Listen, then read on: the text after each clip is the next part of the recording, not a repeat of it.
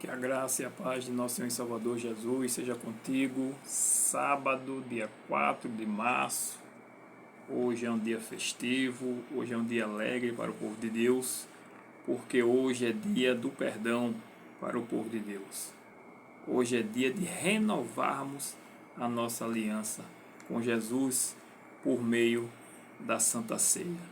Hoje em todas as igrejas adventistas do sétimo dia, pelo menos aqui na Associação Pernambucana, teremos culto com Santa Ceia. E para quem nunca participou, quem está chegando agora, primeiramente nós temos a cerimônia do lava-pés e depois a gente segue para o culto, estudamos a lição da escola sabatina e posteriormente é iniciado ali o culto solene da Santa Ceia, que é um dos cultos mais solenes, ou talvez o mais solene da igreja. E hoje teremos Santa Ceia encerrando os 10 dias de oração e jejum.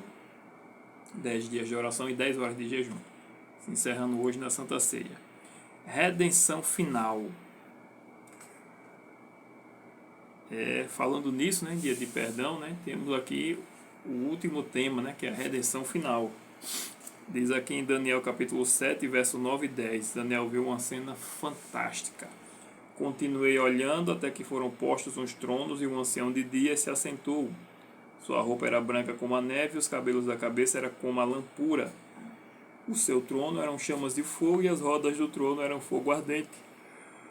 Um rio de fogo manava e saía de diante dele. Milhares e milhares o serviam, milhares de milhares o serviam, e milhões de milhões estavam diante dele. Foi instalada a ascensão do tribunal e foram abertos os livros. Que cena maravilhosa Daniel teve.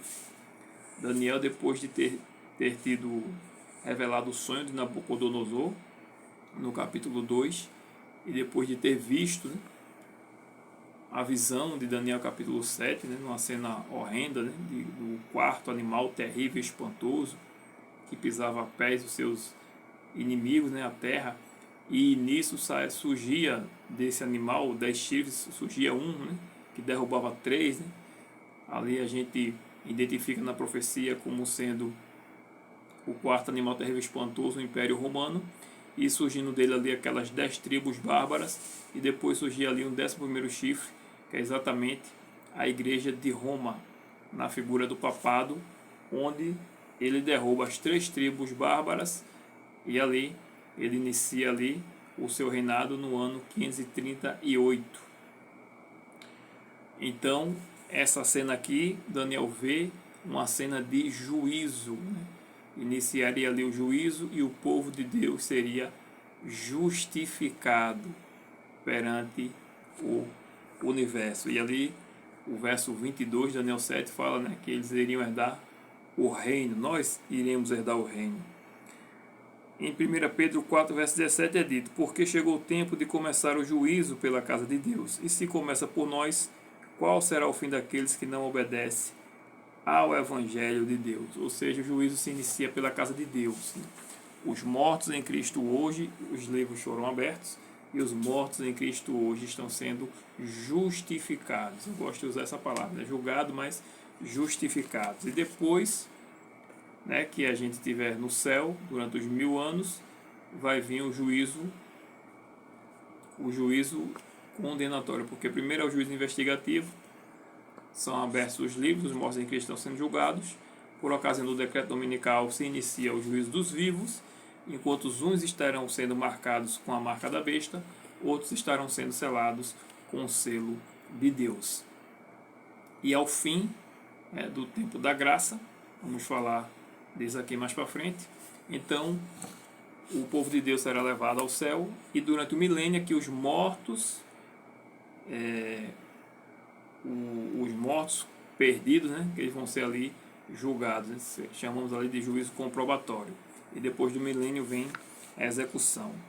Vinha um grande trono branco, e aquele que está sentado nele, a terra e o céu fugiram da presença dele, e não se achou lugar para eles. Vi também os mortos, os grandes e os pequenos, que estavam em pé diante do trono, então foram abertos livros. Ainda outro livro, o livro da vida foi aberto. E os mortos foram julgados segundo as suas obras, conforme o que estava escrito nos livros. O que tinha de bom e o que tinha de mal. Aquele que aceitou a Jesus como Senhor e Salvador e passou pelo batismo nas águas, ele teve o seu nome escrito no livro da vida. Se você ainda não se batizou nas águas, não aceitou Jesus como Senhor e Salvador, o que é que você está esperando? O que é que você está esperando para entregar a vida a Ele? O Evangelho é simples, ele não é complicado. O ser humano transgrediu a lei de Deus e por conta disso, a justiça requer que ele seja morto, penalizado. Mas aí Jesus veio, Deus enviou seu Filho para morrer no lugar do pecador. Na cruz do Calvário ali houve uma troca. Aquela agonia, aquele sofrimento que Jesus passou, nós não precisamos passar, porque Ele pagou o preço. Ele derramou seu sangue por nós. Então, Ele derramou seu sangue por nós, nós não precisamos passar. Agora é uma troca. Agora, a vida que eu vivo, eu tenho que viver para a honra e glória dele, seguindo o seu exemplo, seguindo as suas pisadas. E para isso ele nos dá poder, nos dá o Espírito Santo. Então o Evangelho não é difícil, é uma troca. Você troca a sua vida pecaminosa pela vida santa do Senhor Jesus. E ele vai lhe dar poder para você viver de modo santo. Obviamente que você vai cair, vai tropeçar, né? Mas não é tropeçar e ficar para trás. É tropeçar e levantar, porque a palavra de Deus diz que o justo ele cai 7 vezes e 7 vezes o Senhor levanta. E hoje, por exemplo, Santa Ceia é o dia de você renovar os seus votos, a sua aliança com o nosso Senhor Jesus. No entanto, alegrem-se, não porque os espíritos se submetem a vocês, e sim porque o nome de cada um de vocês está registrado no céu. Jesus deu poder para os discípulos expulsarem demônios e fazerem curas, e eles voltaram alegres da missão. Contudo, Jesus disse: não se alegrem por conta disso, mas porque o nome de vocês está escrito no livro da vida. Aleluia. Afastamento do pecado. É aí onde entra a troca, né? Da minha vida impura pela vida santa de Jesus. E agora eu andar nos seus passos. Me arrependi daquela vida e agora ando uma vida nova. Deverão os que estiverem vivendo sobre a terra, quando a intercessão de Cristo no santuário celestial cessar, deverão estar em pé na presença de um Deus santo, sem mediador. Por isso a importância de você se santificar e seguir o que Jesus disse. Tome a sua cruz a cada dia e siga-me. Porque no dia que Jesus lançar o incensário sobre a terra e ele encerrar o seu ministério de intercessão, acabou o tempo de graça para a humanidade. E nós teremos que viver diante de um Deus Santo sem intercessor. Sem intercessor. Então, por isso a importância de você transformar o seu caráter hoje. Porque antes da porta da graça se fechar, ou no momento que a porta da graça se fechar, nós seremos ali, nós não poderemos mais pecar. Então, se esse tempo vai chegar, por que a gente não faz esse diligente esforço agora e busca os meios que Deus nos deu e busca também a sua ajuda para viver também sem pecar? Enquanto o juízo investigativo prossegue no céu, enquanto os pecados dos crentes arrependidos estão sendo removidos do santuário, deve haver uma obra especial de purificação, ou seja, afastamento do pecado entre o povo de Deus na terra. Enquanto os livros estão sendo abertos, os nomes estão passando, nós devemos fazer o quê? Se afastar do pecado. Diz aqui, né? Deve haver uma obra de purificação. Registro preciso. A obra de cada pessoa passa em revista perante Deus e são registradas como manifestação de fidelidade ou infidelidade. Cada palavra inconveniente, cada pecado secreto, ele é ali anotado. Nada escapa aos olhos de Deus. Uma investigação detalhada, ao se abrirem os livros de registro no juízo, é passada a limpo perante Deus a vida de todos que creram em Jesus, começando pelos primeiros habitantes da terra, começando por Abel, que foi o primeiro a ser assassinado, e seguindo cada geração, finalizando com o juízo dos vivos, que é quando sair exatamente o decreto dominical. Cada nome ali vai passar ali perante Deus. Cada vida. Todo nome é mencionado e cada caso minuciosamente investigado. Se alguém tem pecados, se alguém que tem pecados, que permaneçam nos livros de registro, para os quais não houve arrependimento nem perdão, seu nome é omitido do livro da vida e o relato de suas boas ações é apagado no livro memorial. Por isso que se inicia ali o juízo, porque os pecados eles são apagados pelo Senhor Jesus. Né? Como se ele passasse ali, trazendo para a nossa linguagem, uma borracha. Traiu a esposa, pediu perdão, se tornou um novo homem, ele vai lá e apaga. E o nome dele é mantido ali no livro da vida. Não há acusação, não há acusação de Satanás contra os eleitos de Deus. Purificação do Espírito. Preciso ter o Espírito de Deus em meu coração. Não posso ir avante para fazer a grande obra de Deus se o Espírito não repousar sobre minha alma. E para isso nós temos que ter sede, como disse o salmista, como suspira a costa pelas correntes das águas, assim por ti, ó Deus, suspira minha alma.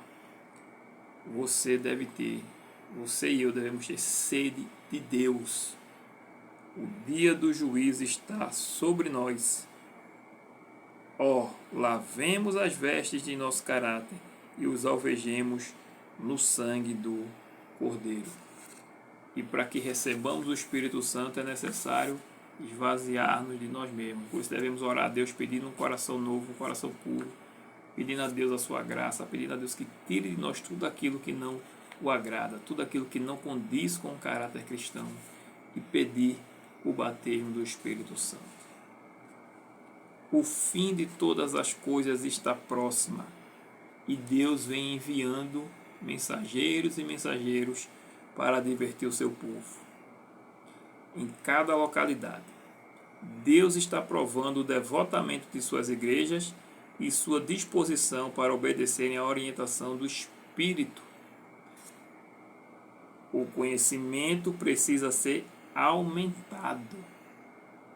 Temos livros e livros, por exemplo, do Espírito de Profecia, mas muitas vezes a própria Bíblia é fechada, que dirá os livros do Espírito de Profecias, que as pessoas não tomam, muitos estão dentro da igreja, né?